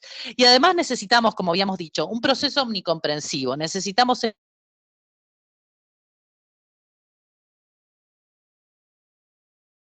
los procesos estructurales de las audiencias públicas, el amicus curiae y el recurso al dato sociológico. En Estados Unidos, cuando fue necesario dictar en un proceso estructural una decisión que tenga que ver con la política educativa y dejar sin efecto el principio que se había consagrado de separados pero iguales, lo que fue necesario es un dato sociológico, un experimento sociológico, y que la Corte viera cómo el estándar afectaba a los grupos minoritarios, lo viera en clave sociológica. De ahí la importancia del carácter interdisciplinario y sociológico del proceso estructural. Y además es una jurisdicción deliberativa que tiene diálogo en la construcción de estándares, es escuchar a la sociedad, escuchar a los expertos a través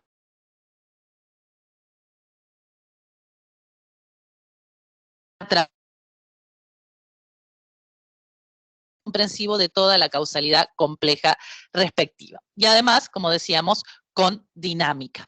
El juez entonces no es el típico juez árbitro, sino que es un juez con grandes potestades. El juez en el proceso estructural tiene grandes potestades de gestión porque tiene que aplicar el principio de adaptabilidad de las formas a la naturaleza estructural del conflicto. Entonces vamos a encontrar un juez que tiene grandes potestades de case management y que coordina e innova en la adaptación del proceso a los fines de adecuarlos a la causalidad policéntrica que lo caracteriza. Un tema que es muy trascendente es el tema de la prueba, porque la prueba estructural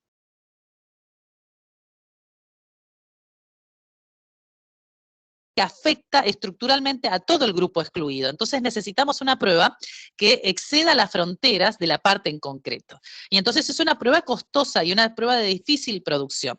De ahí que en materia probatoria, en los procesos estructurales, el juez tenga grandes potestades de case management para gestionar el acceso a los datos sociológicos y a los datos estructurales de la violación de derechos, que sobre todo en el derecho comparado se incorporan a través de distintas variables de amicus curiae. Y finalmente, un elemento innovador es la sentencia.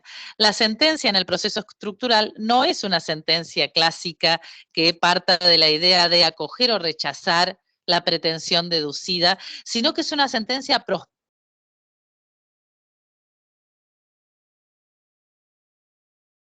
transformadora que exigía la Corte Interamericana en el caso Campo Algodonero, en el caso Atalarrifo.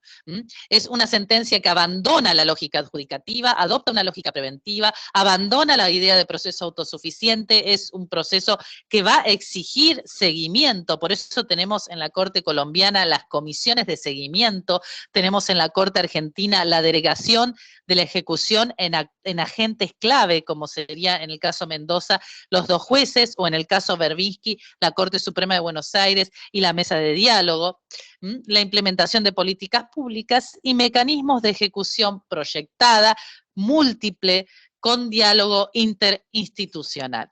Entonces vemos claramente que identificar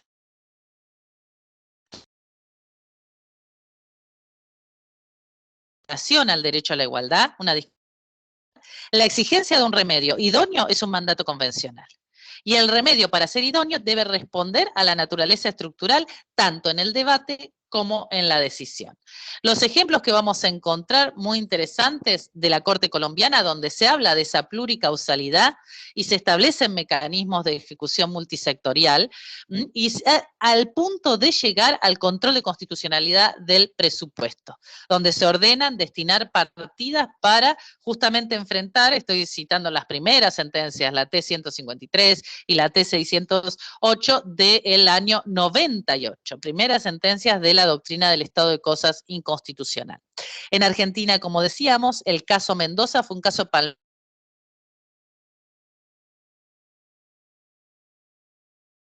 dinámica, como el escenario de la sentencia del 2008 cambió. En el 2008 se habían previsto 17.711 viviendas. En la actualidad, la última audiencia del 2018, el universo de personas afectadas eran 3,5 millones. Fíjense cómo la cosa jugada pasa a ser dinámica, es necesario mutar.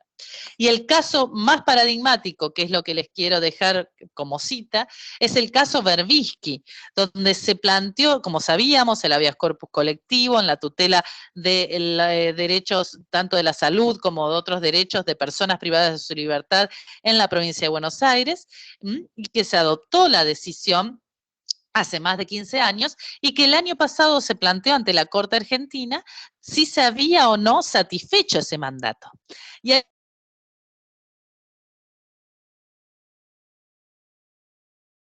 satisfactorio, que la causa seguía presente, que el conflicto estructural seguía presente, y en el voto del doctor Horacio Rosati expresamente se habla de la naturaleza compleja y pluricausal de los conflictos abordados, que requiere la modificación de políticas públicas, que se implica o se instrumenta a través de órdenes de actuar que son enunciación de objetivos generales que deben concretizarse de manera proyectada, que requieren un proceso prolongado y complejo, y que incluso pueda haber una cosa juzgada dinámica por cambio de los protagonistas, y aún las modalidades del agravio originario pueden mutar. Entonces, ahí se recepciona toda esta teoría de los procesos estructurales.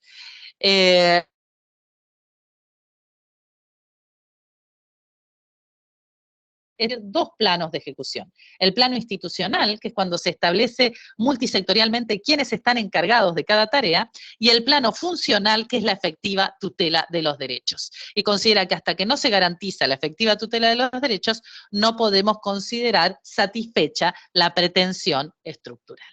A partir de ahí encontramos, y esto ustedes lo deben manejar muy bien, en la Corte Suprema de Buenos Aires, este programa de cumplimiento de la sentencia, donde encontramos la aplicación de muchas de estas cláusulas, como sería la idea de colaboración de diálogo, el principio de cooperación, la adaptabilidad de las formas, el carácter complejo, policéntrico y multicausal del conflicto estructural, las modalidades de ejecución multisectorial, etcétera.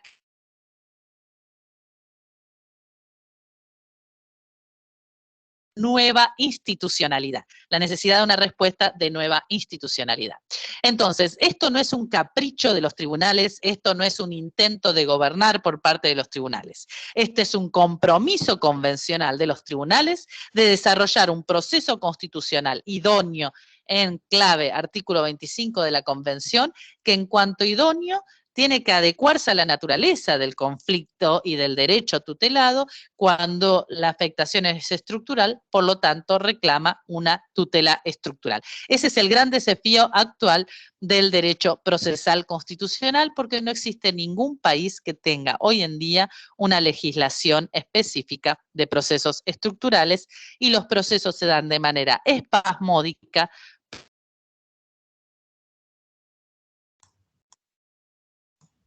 el éxito en la tutela. Bueno, perdón por los aspectos técnicos y muchísimas gracias por la oportunidad. Bueno, muchas gracias, Sofía. Lamentamos terriblemente estos desperfectos que son ajenos a todos, obviamente a vos, y lamentablemente eso nos hizo tener esos blancos, que no sé, yo intenté en un momento compartir pantalla para que se pudiera ver, no sé, el PowerPoint, no sé si para subsanar alguna cuestión querés que lo haga desde acá, o lo das por, no resulta, yo porque ya que lo habías hecho, me ofrecía a ello. Pero bueno, no podía tampoco hacerlo y tampoco te quería cortar la exposición. Así que bueno, advirtiendo que bueno, estamos en tiempo, más allá de que hasta el momento no vi que hubiera ninguna pregunta, dejo unos segundos para que alguno haga uso de la palabra si es que quiere, inclusive las invito a ustedes a si quieren agregar algo más. En lo personal, aprovecho para agradecerles nuevamente a las tres, ha sido un gusto contar con ustedes. Tuve la suerte de ser alumna solamente de la doctora Loiano, a la doctora Sagüez he escuchado en la vida presencial en algunos congresos y jornadas presenciales. No tuve ese gusto con la doctora Basterra, pero ha sido esta una gran oportunidad para ella, así que le agradezco. Y bueno, no sé si quieren agregar algo. Yo solamente quiero felicitar a Sofía y a Adelina por sus excelentes exposiciones y realmente a ustedes y agradecerte nuevamente, Verónica, y al Centro de Formación de la Corte de la Provincia de Buenos Aires por hacer este tipo de encuentros tan ricos y que, bueno, nos hacen escucharnos entre nosotros y nos hacen pensar mucho. Así que solo agradecer y mandarle un cariño muy grande a todos y a todas. Gracias. Bien, muchas gracias. No sé si Adelina querías decir algo, justo. Yo lo que quiero, no es porque lo hubiera pensado antes, pero acaba de decir Marcela algo muy interesante. Nosotras cómo nos nutrimos también de esto, ¿eh? Escuchándonos mutuamente y que nos escuchamos siempre y nos leemos, pero lo cierto es que uno se va con cosas distintas, ¿no? Con cosas nuevas, con cosas para repensar, así que también hay un enriquecimiento de las propias expositoras, como dijo la doctora Basterra. Muchas gracias por la invitación, un placer. Bueno, Excelente, Sofía, precioso. Y no estuvo tan terrible porque pudimos seguirlo finalmente, ¿no? Se pudo escuchar bien, así que no hacerse drama. Todo muy bien. Así que bueno, no sé si Sofía querés agregar algo más y ahí haciendo honor a la interrupción también para... Ahí está.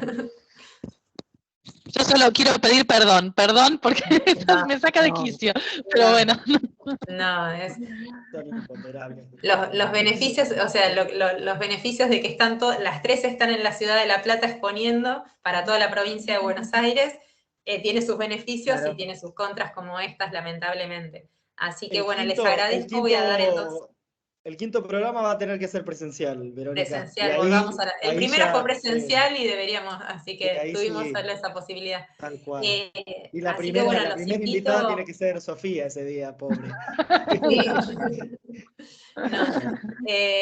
Así que bueno, les quiero agradecer nuevamente, para no extendernos y ir culminando esta jornada, le voy a agradecer al Instituto de Estudios Judiciales nuevamente, y a ustedes invitarlos, a los que están participando en este curso, al miércoles que viene, que va a ser la última jornada. Como les adelanté, no va a poder estar el doctor Garay por cuestiones de agenda que les he adelantado, así que vamos a contar con el doctor Urteaga, que va a hablar del recurso extraordinario federal, y de esa forma vamos a dar cierre a este cuarto programa de formación y actualización en Derecho Constitucional.